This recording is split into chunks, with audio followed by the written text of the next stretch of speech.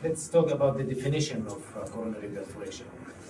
It's the evidence of extravasation of dye or blood from the coronary artery during or following interventional procedure.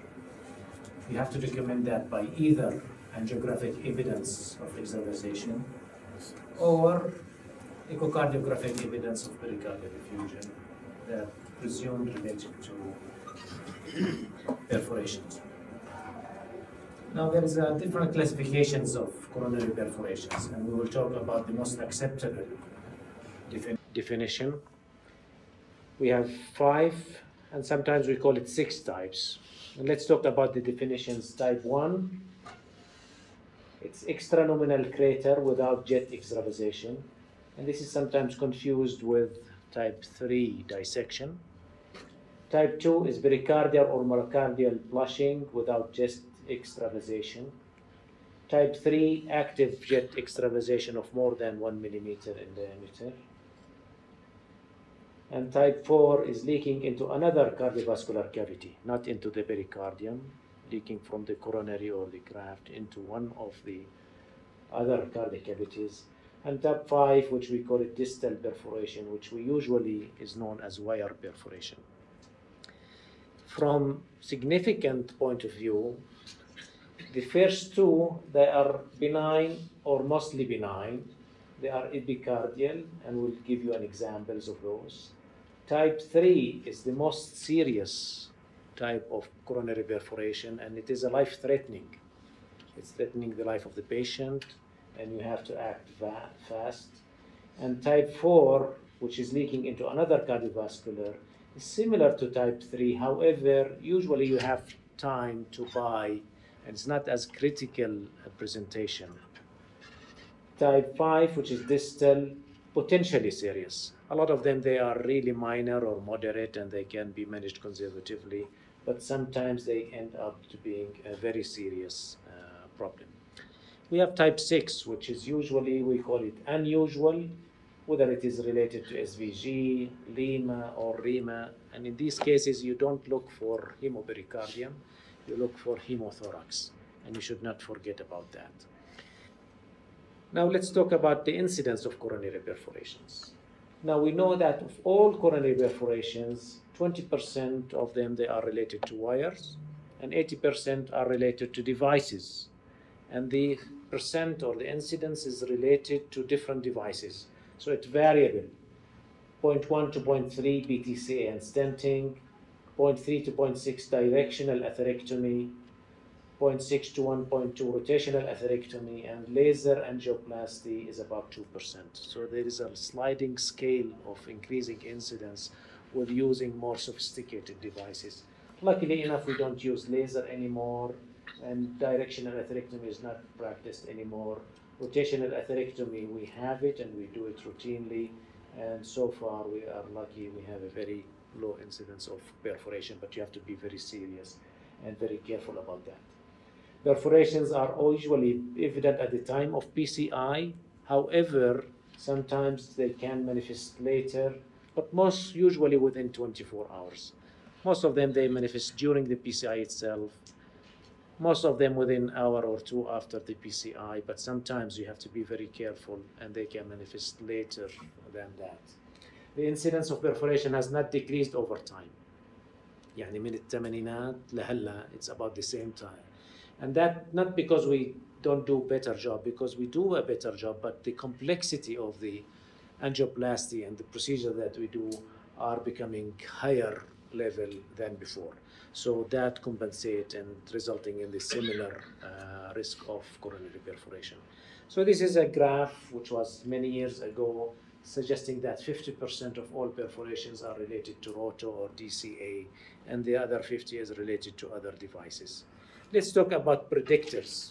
As we said that we are doing more complex, so definitely more complex lesions, they have higher risk of coronary perforations, particularly B2 or C lesions. Coronary occlusions, definitely another independent predictor of coronary perforation. Utilization of rotational atherectomy is extremely predictor of coronary perforation. And utilization of intravascular ultrasound, whether it is guided procedure, it is extremely predictor of coronary perforation. And if you talk about IVUS doesn't cause perforation, but we tend to oversize with IVUS. And any oversizing, it gives you sometimes confidence that your vessel is higher or larger diameter, and you will end up with a larger or oversizing, and that will predispose to coronary perforation. So IVUS itself is not related to coronary perforation, but the measures and the information related to IVUS will end up with a higher risk of perforation. Now, what is the value of glycoprotein inhibitors in causing or precipitating coronary perforation? We know that concomitant utilization of glycoprotein inhibitors increases the complication rate dramatically. It doesn't cause perforation, but once you have perforation and the patient is on glycoprotein inhibitors, the magnitude of problems is extremely higher. Higher risk of tamponade, higher bleeding, even with utilization of really destination therapies like stent grafts, still your risk and rate of hemostasis success is decreased when you use glycoprotein inhibitors. So this is extremely important to understand and utilize. Let's talk about the different types of perforation and give you some examples, and also utilization of some guidelines in the management of those patients. So as we mentioned, type 1 is epicardial segment. It's extraluminal crater without jet extravasation. And we said it is sometimes confused between dissection. So this is a crater. It is type 1 coronary perforation. Usually they are usually benign. The patient is usually hemodynamically stable. And what you'll end up with using balloon at the side at low pressure with sizing 1:1 to coronary to balloon's diameter. And usually it subsides with it is using balloon or utilization of regular stent. Once you have instability, you should look for more problems. Sometimes you don't see the jet, sometimes there is no flow, there is sometimes distal perforation. So in these patients, you have to be careful, call the surgeon, call the anesthesiologist, have an echo available, inflate the balloon to tamponade the perforation, but at the same time, you look for more problems that you don't see initially. So type 1 usually is benign, doesn't cause hemodynamic problem, but at the same time, once you have instability, you have to be careful to do the proper protocol. Type 2 is epicardial, is pericardial or myocardial blush without jet extravasation. And you see here, there is myocardial blushing. You see it mostly after clearance of the dye in the epicardial coronary artery. Similarly, type 2 is usually benign. They are not really associated with hemodynamic instability. Usually balloon inflation at the site. If necessary, you end up with a stent. But once you have unstable patient, you should consider more problems that you don't see. Maybe there is a jet that you don't see. Maybe there is a distal perforation. Maybe there is no reflow problem. So you have to be careful. But in general, these are patients usually are very stable. Type 3, it is the most serious type of perforation. It is life-threatening. You have an active jet extravasation of diameter more than 1 millimeter, and you can fill the pericardium in no time. And the patient will go into tamponade in a very short period of time. So this is after balloon inflation of a calcified lesion. You have an active jet extravasation into the pericardium, and it is the most critical, and you have to initiate cascade of events that will preserve life of this patient, because this patient life is threatened. So what you do for those patients, you have to stabilize the patient. You have to prepare for ancillary services. You call for anesthesia, you call for echocardiogram, you call for the surgeon. It doesn't hurt you to call for the surgeon, and at the end of the day, you don't use his services. But once you need his services and he's not available, it's shame. So it is really have to be done in the proper way. We should not be ashamed of calling our colleagues to ask for help. So in these patients, you have temporizing measures, you have ultimate therapy, and these are the guidelines what to do for those patients. You initiate with a balloon inflation, sizing 1:1 to coronary artery. If the patient is hemodynamically stable, you can inflate up to 5 minutes, and you can repeat that up to 5 times. have to be careful. At all times, we had perfusion balloons that allows blood to go from the proximal to bypass the type of the perforation or the sealing of the site, but now we don't have them, unluckily that we don't have them. But anyway, you initiate with balloon inflation, you stop the leaking into the pericardium, you prepare for pericardiocentesis, you get your blood ready if you need to do that, and you start with the cascade as we mentioned. Pressure of the balloon, stabilize the patient hemodynamically, call for colleagues, bring echo, prepare for pericardiocentesis, and then if the balloon doesn't work, you move to the next step, which is implantation of a stent graft or sending the patient to surgery if the case requires that. Now type 4, it's also epicardial segment. It is a large perforation, but the leaking is in another cardiovascular cavity. It's not leaking into the pericardium. So the hemodynamic significance is less, but the clinical significance could be the same. So this is management of type 4 coronary perforation, similar to type 3 perforation. However, the blood leaks into another cardiovascular cavity, often ventricular or coronary vein. And you have time because it is manifesting as a shunt rather than compromise of the cardiac function like tamponade. As such, the symptoms are usually that of a new shunt rather than hemodynamic compromise due to the new pericardial effusion. Therefore, type 4 coronary perforation tend to be better tolerated by the patient than type 3 coronary perforation. Now, this is how you do it.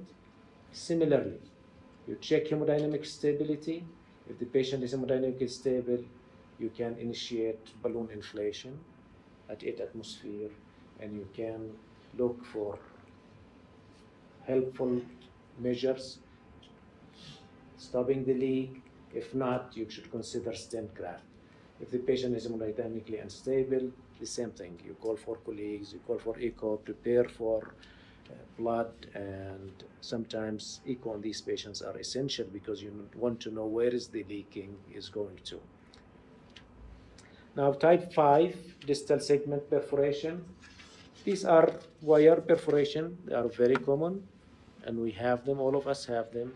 However, we have certain recommendations to those. Always keep an eye on the distal part of your wire.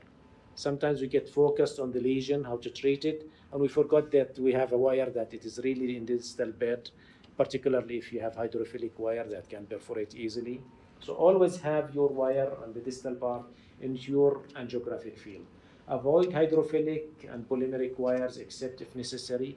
And when you can use them and you can exchange them after crossing, it's better because they tend to be associated with higher risk of perforation.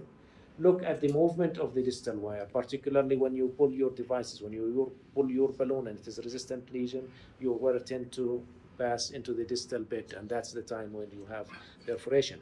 So once you have wire far into the circulation and you know there is devices that you want to pull back, pull your wire a few centimeters and then you pull it. So if it is advances distally, it doesn't perforate.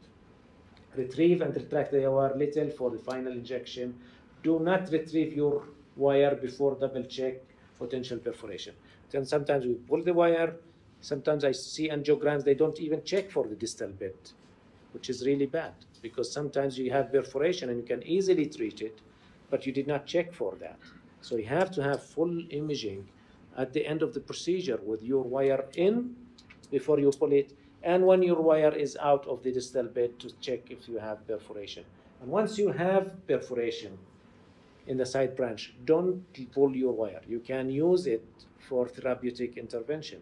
You can advance wires, you can advance fat, you can advance thrombin, you can advance clots to stop the perforation. But once you are out of that area, sometimes it's very difficult to go back into it. So once you have perforation, don't pull your wire. Keep it there. You have to use it for therapeutic intervention. So these are the guidelines how to do it. A lot of times we can use just reversal of anticoagulation and low pressure inflation proximal to the site or covering the side branch, which is the side branch. Sometimes we have to revert to utilization of embolization of coils, fat, or thrombin in the distal bed. Or sometimes if it is in a small side branch, you can implant a stent graft to occlude the side branch if it doesn't have clinical significance. So these are the ways that we treat type 5 perforations. Now, balloon inflation at the perforation site. We said that it is low pressure, maximum 8 atmosphere. You don't want to initiate dissection or to cause more coronary perforation. And the size should be 1-to-1 balloon to artery ratio. We don't oversize.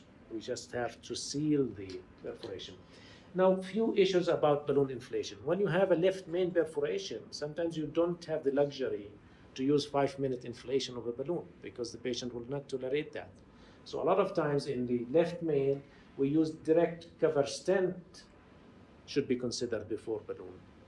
Sometimes patients, if it is protected left main, you can have the luxury of inflating the balloon, particularly you have to use it for few minutes.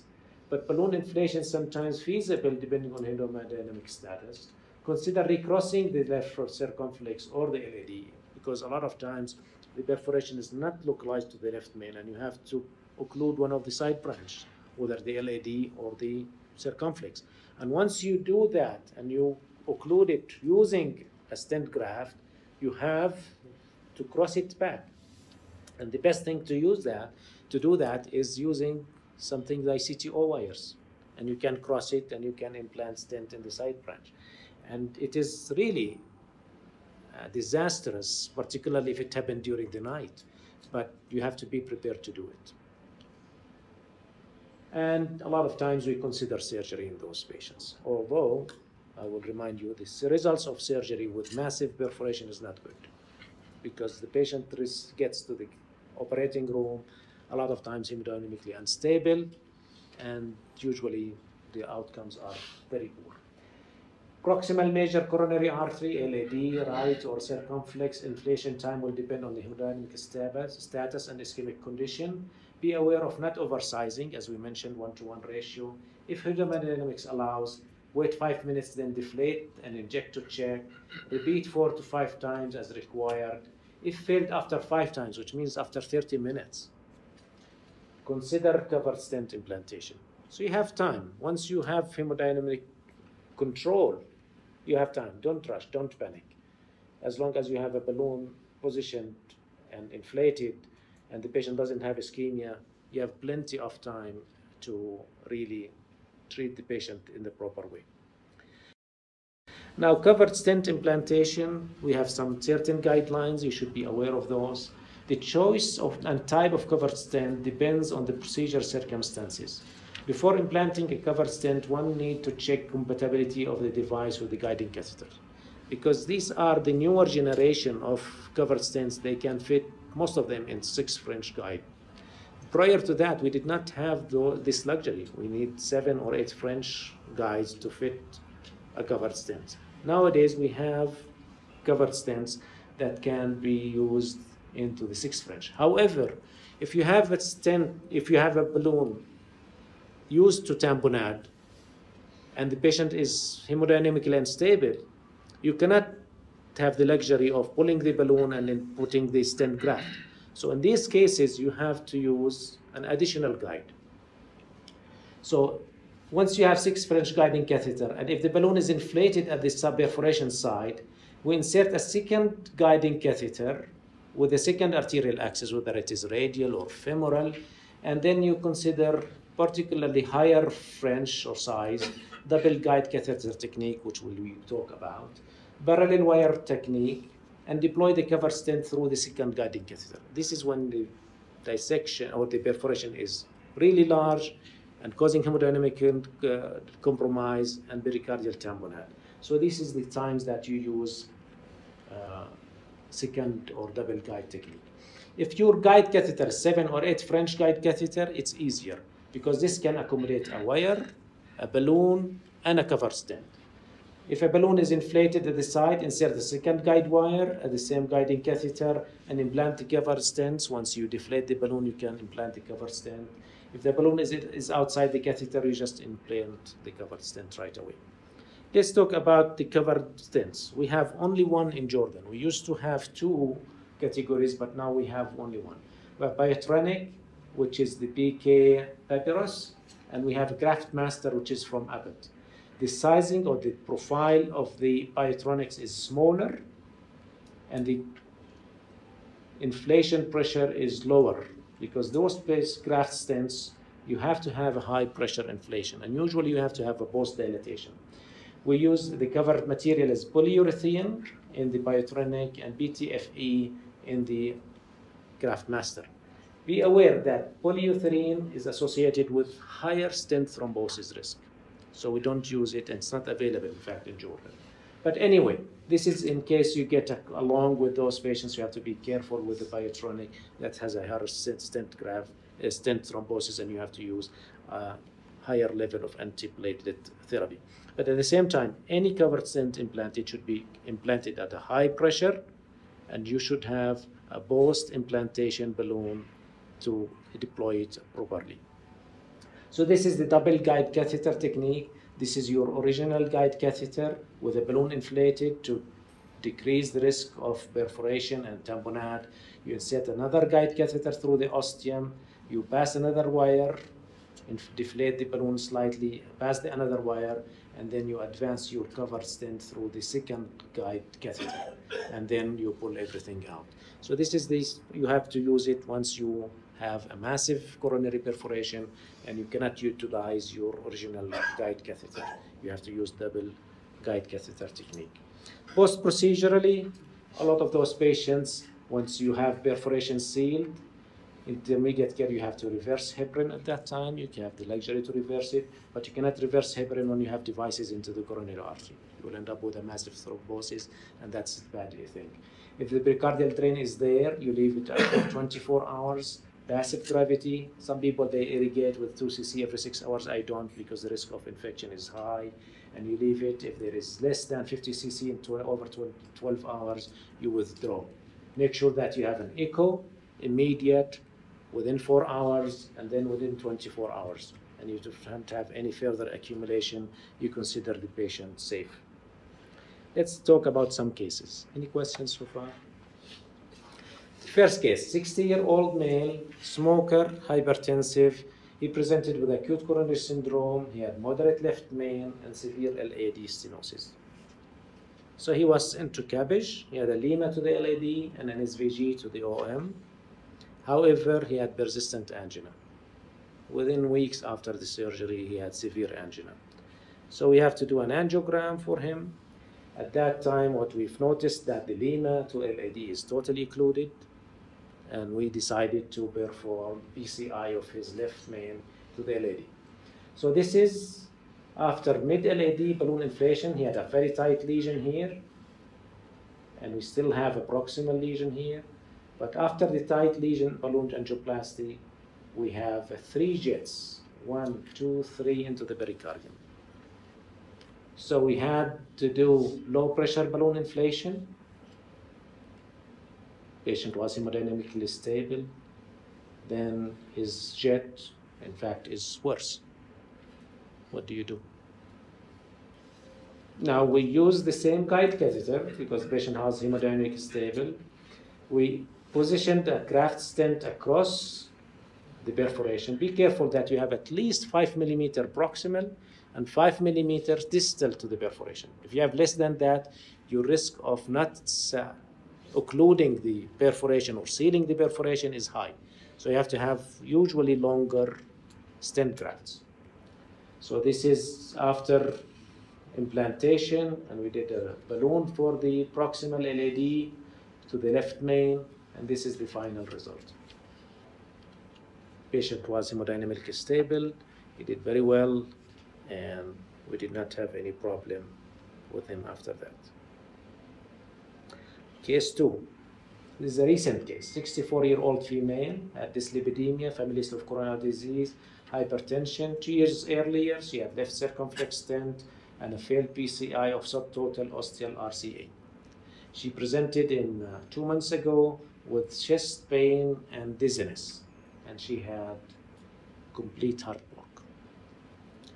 Now, angiogram showed the left circumflex stent is patent. However, she had a total occlusion of the ostial right coronary artery. There is some filling through the collaterals, not from the main lumen of the coronary artery. And we said, well, this patient probably she needs a bypass and probably a pacemaker. So she was not really accepting that. So we said, well, we don't know what we can do. She had a failed PCI 2 years earlier for subtotal occlusion. Now it is total occlusion, filling through the collaterals. But we said we are willing to give it a try to open the right coronary artery. We had difficulty to go through the true lumen.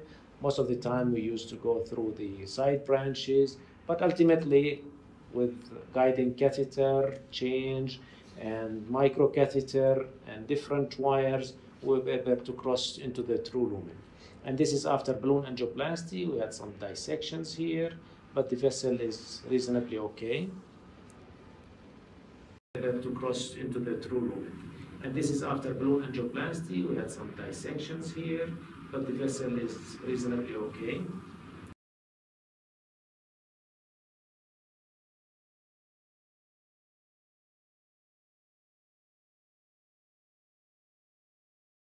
But then this is after implantation of stent here.